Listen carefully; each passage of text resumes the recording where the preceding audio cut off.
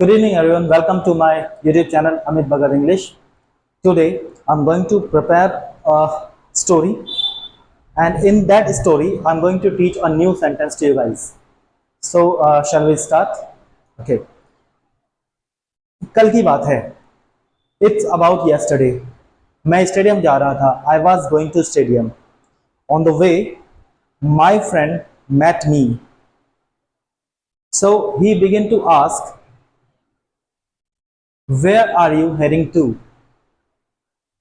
वह पूछने लगा कि आप कहाँ जा रहे हो. He began to ask, where are you heading to? So I replied, I am heading to stadium. I am heading to stadium. At this, उसने मेरे से पूछा, he asked me, उसने मेरे से पूछा, he asked me, आप स्टेडियम कब से जा रहे हो, या तुम स्टेडियम कब से जा रहे हो, तो स्टेडियम कब से जा रहा है. तो ये सेंटेंस आज हमारा रहेगा कि तुम स्टेडियम कब से जा रहे हो, तुम अंग्रेजी कब से सीख रहे हो, तुम कब से इंतजार कर रहे हो, तुम कब से यहां बैठे हुए हो.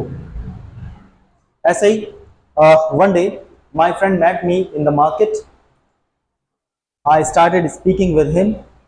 सो ही आस्क्ड मी, तुम इंग्लिश कब से सीख रहे हो, तुम इंग्लिश कब से सीख रहे हो. तो इसी तरह के सेंटेंस आज हमारे बच्चों रहने वाले हैं. मैंने बोर्ड पर 4 सेंटेंस लिखे हैं, आप उनको अच्छी तरह से पढ़ लीजिए. फिर हम इनको इंग्लिश में कैसे बोलते हैं ये हमें सीखना है. तुम स्टेडियम कब से जा रहे हो, तुम अंग्रेजी कब से सीख रहे हो, वह तुम्हारी प्रतीक्षा कब से कर रहा है, मोहित तुम्हें कब से बुला रहा है. तो इस तरह के सेंटेंस को हम कैसे अंग्रेजी में बोल सकते हैं, यही आज हमें इस क्लास में बच्चों सीखना है. कभी कभी ऐसा होता है, हमें अचानक कोई मिल जाता है और मैं उससे बताता हूँ या आप उससे बताते हैं कि मैं यहाँ जा रहा हूँ, मैं वहां जा रहा हूँ, मैं ये कर रहा हूँ.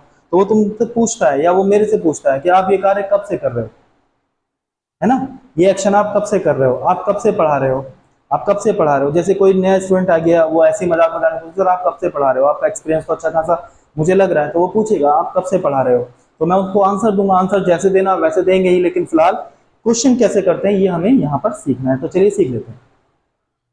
तुम स्टेडियम कब से जा रहे हो, तो इस तरह के सेंटेंस में हम सबसे पहले लिखते हैं सिंस व्हेन.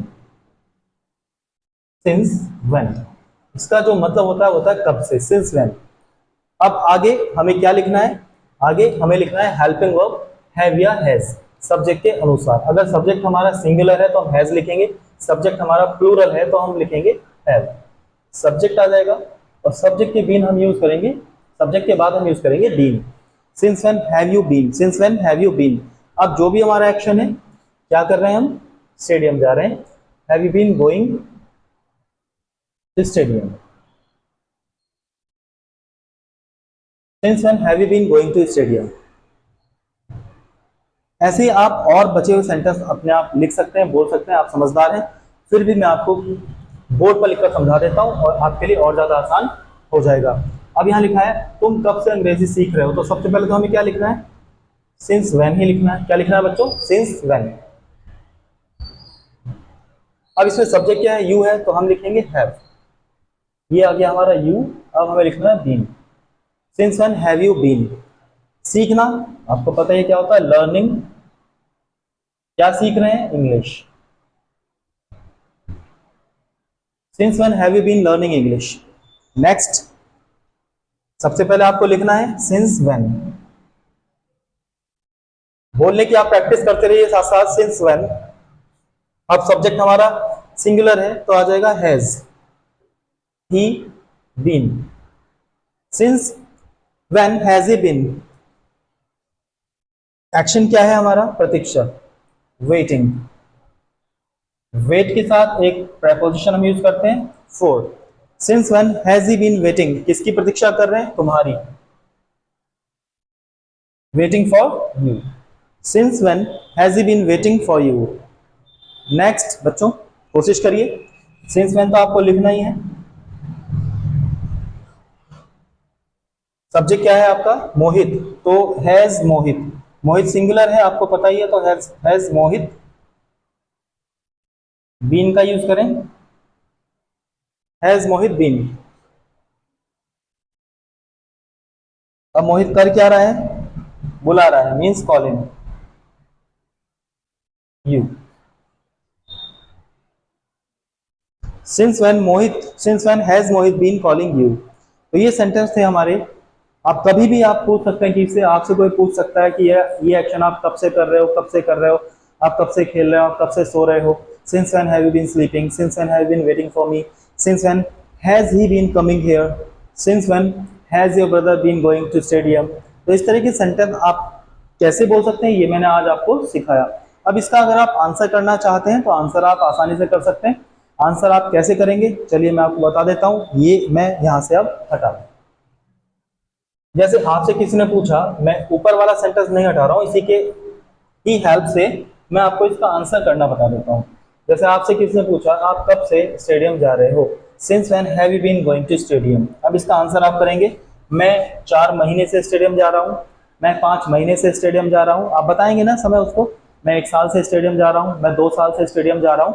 तो शुरुआत में तो आप अपने आप को लिखेंगे, सब्जेक्ट लिखेंगे, जो भी सब्जेक्ट है, मान लीजिए यहाँ आई है, आई हमारा प्लूरल है तो हो जाएगा आई हैव बीन। बीन तो यहाँ आना ही आना है।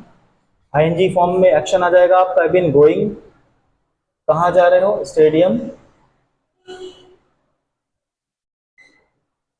अब कब से जा रहे हो, मान लीजिए आप जा रहे हो मंडे से, मान लीजिए आप जा रहे हो 4 दिन से, तो दोनों अलग अलग समय हो गए। मंडे, यहाँ मैंने लिखा मंडे, और यहाँ मैंने लिखा 4 डेज। तो इन दोनों ही समय में एक अंतर होता है। ये आपका एक पर्टिकुलर पॉइंट ऑफ टाइम है, आप कह सकते हैं पॉइंट ऑफ टाइम, और ये आपका है पीरियड ऑफ टाइम। क्या है, पीरियड ऑफ टाइम। तो जब भी आपका पीरियड ऑफ टाइम मिलता है, जिसको आप काउंट कर सकते हैं 1 डे, 2 डेज, 3 डेज, 4 डेज, तो उस समय के लिए आप 4 के साथ यहाँ समय लिखेंगे। मान लीजिए आप जा रहे हैं 4 डेज से, तो आपने लिखा 4 डेज। और अगर आप कह रहे हैं मंडे से जा रहा हूं, तो मंडे क्या है, पॉइंट ऑफ टाइम है, तो आप लिखेंगे सिंस मंडे।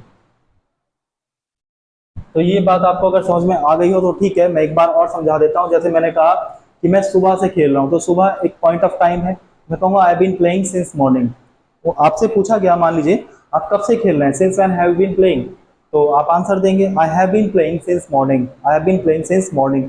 और अगर आप इनको आवर्स में बताना चाहते हैं कि मैं 2 घंटे से खेल रहा हूँ, मैं 3 घंटे से खेल रहा हूँ, तो बच्चों ये पीरियड ऑफ टाइम होता है। इसको आप कहेंगे I been playing for 4 hours, for 3 hours, for 2 hours. एक और एग्जांपल लेते हैं। आप दिल्ली में कब से रह रहे हैं, since when have you been living in Delhi.